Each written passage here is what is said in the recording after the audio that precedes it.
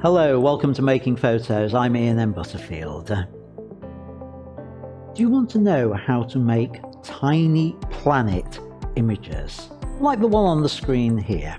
Well, I covered this in one of my live streams last year, so let's join the live stream now and I'll talk you through the entire process in Photoshop. So this is the image I'm going to work with. It's the skyline of Buenos Aires, obviously Argentina. So to prepare for this, there's various little steps we need to do.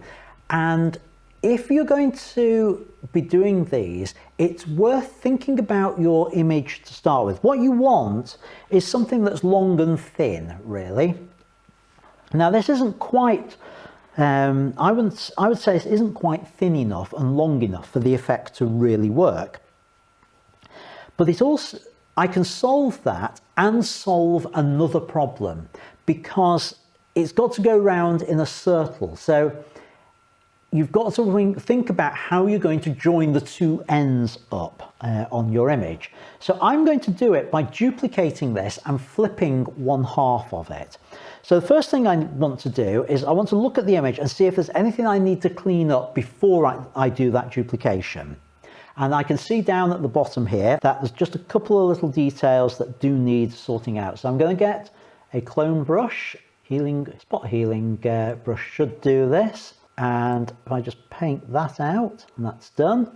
And I'm going to just zoom in on that bit at the bottom and along. I need a smaller brush for that.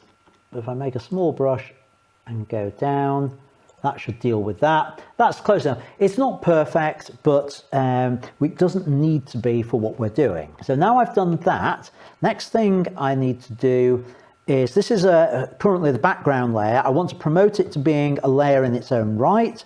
So Alt, double click on it, we'll make it layer 0 on there.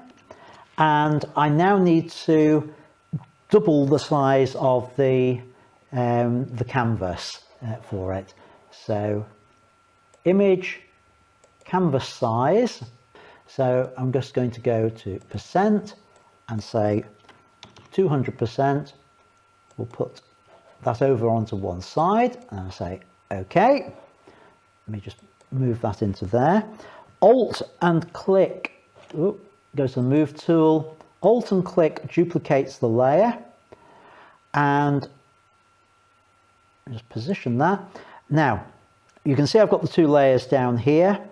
If I flip the top layer, the top layer on there, so edit, transform, flip horizontal, that means we don't get a line down the middle. That means it's nice and clean there, the transition with the sky. And in reality, it means that this edge here will join up with this edge over here.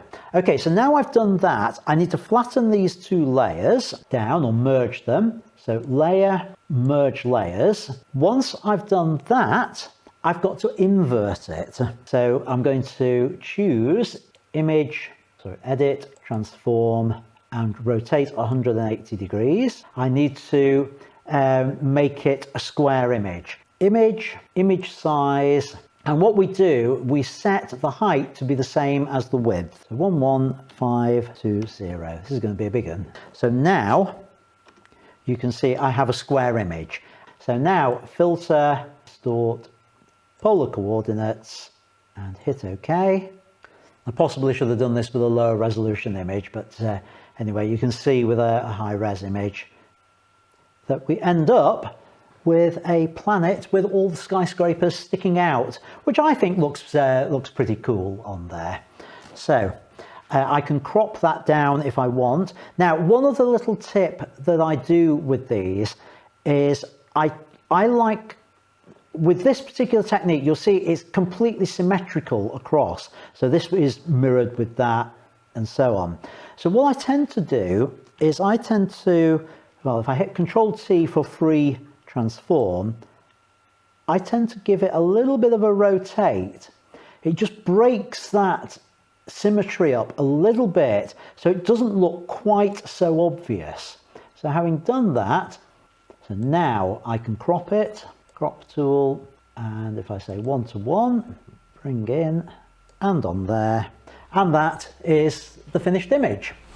I hope you found that tutorial helpful. If you did and want to share images of tiny planets that you've created, then why not upload them to my Facebook group? The link is down below. And to take your photography on to the next level, there's a playlist on here of other tutorials that you might find helpful.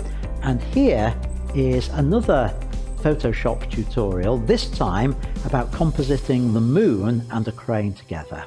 So I'll see you in one of those. And until then, thanks for watching and keep making great photos. Bye for now.